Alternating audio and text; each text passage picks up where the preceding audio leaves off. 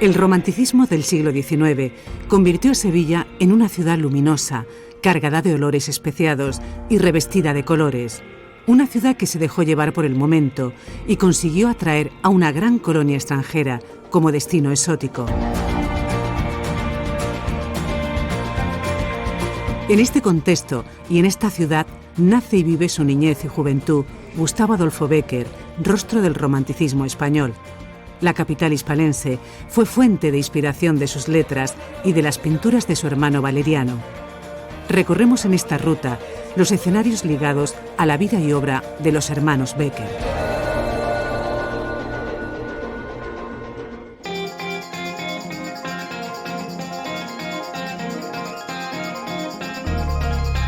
Nuestro viaje tras la huella de los hermanos Bécquer comienza en el casco antiguo de Sevilla, en la calle Conde de Barajas, donde en febrero de 1836 nació el poeta Gustavo Adolfo.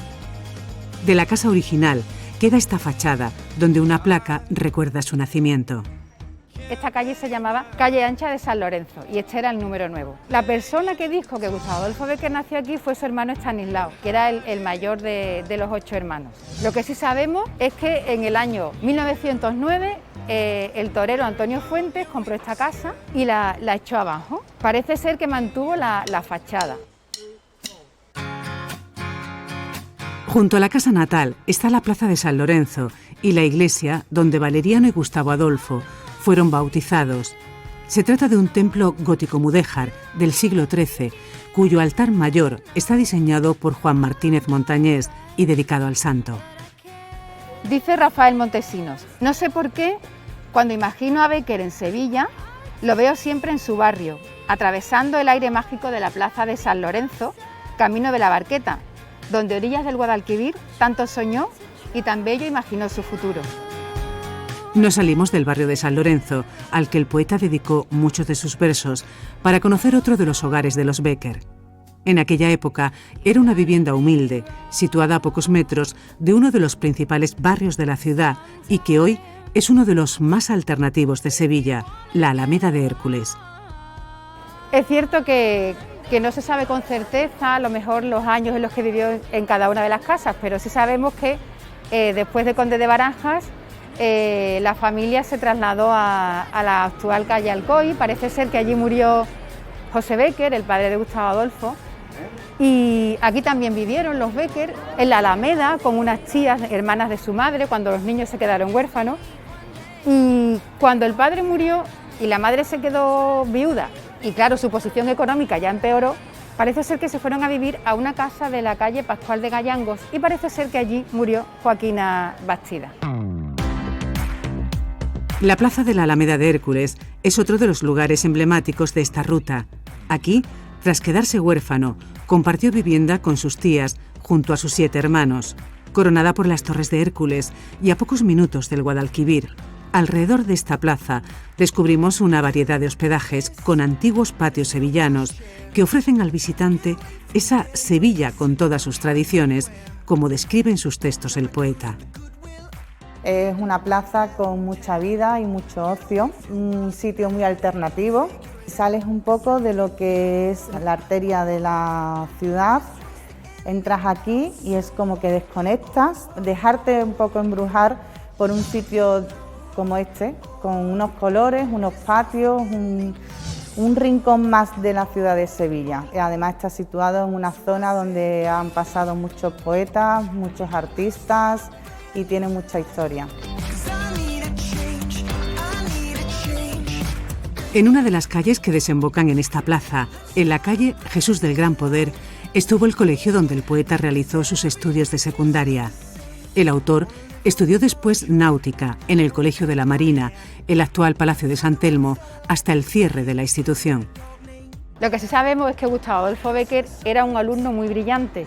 Tanto es así que su madre acababa de morir y él llegó a sacar sobresaliente en algunas de las asignaturas. Al cerrar este colegio de San Telmo perdimos un marino, pero ganamos un poeta.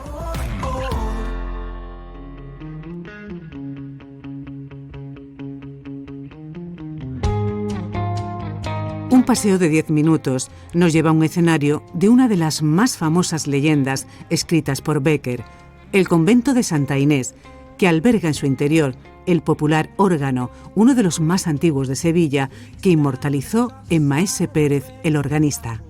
Es una leyenda de la que podemos decir que es un triple homenaje, ¿no?, que hace Gustavo Adolfo Bécquer a su ciudad natal, a la música, que para él era la más sublime de las artes, y también a sus antepasados flamencos que llegaron del norte de Europa, que fueron caballeros 24 y que en la leyenda aparecen como uno de los personajes que acuden a la Misa del Gallo en Santa Inés.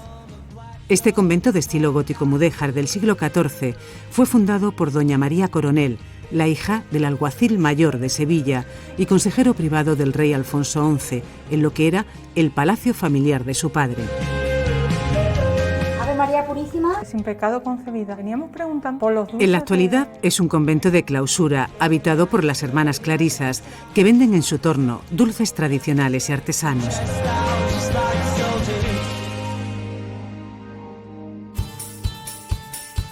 No muy lejos de aquí, otro antiguo convento, el de la Merced Calzada, alberga el actual Museo de Bellas Artes, inaugurado a mediados del XIX. En uno de los talleres que impartían estudiaron Gustavo Adolfo y Valeriano.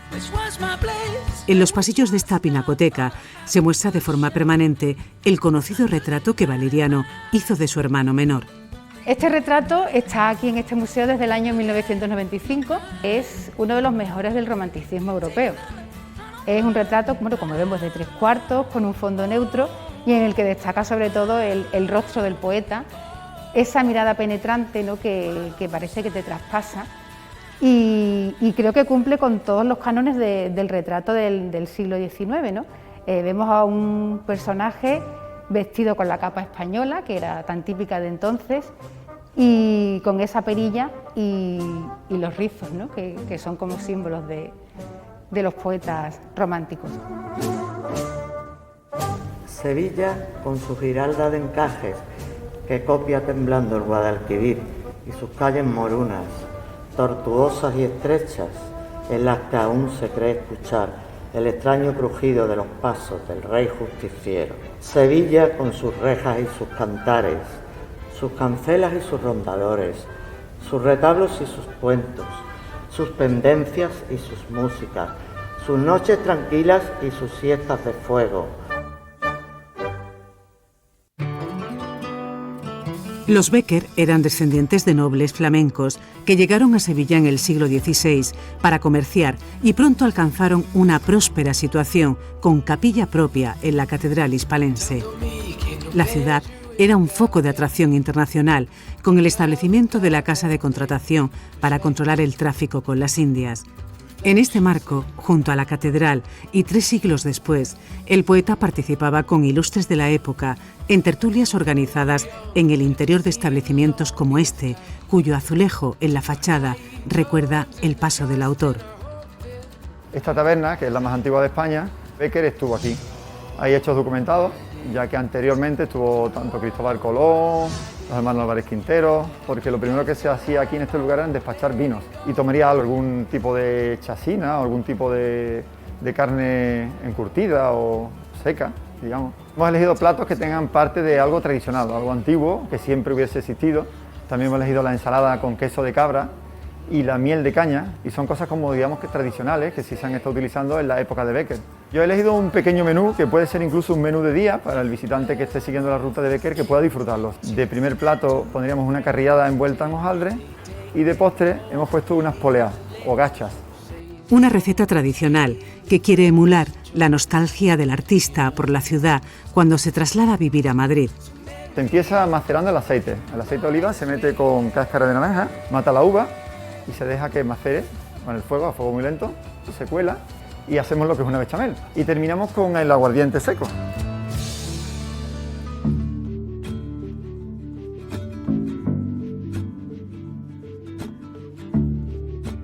Las huellas por la Sevilla de los Bécquer recorren el centro histórico de la ciudad hasta llegar al Parque de María Luisa, un espacio que hasta 1893 formó parte de los jardines privados del Palacio de San Telmo.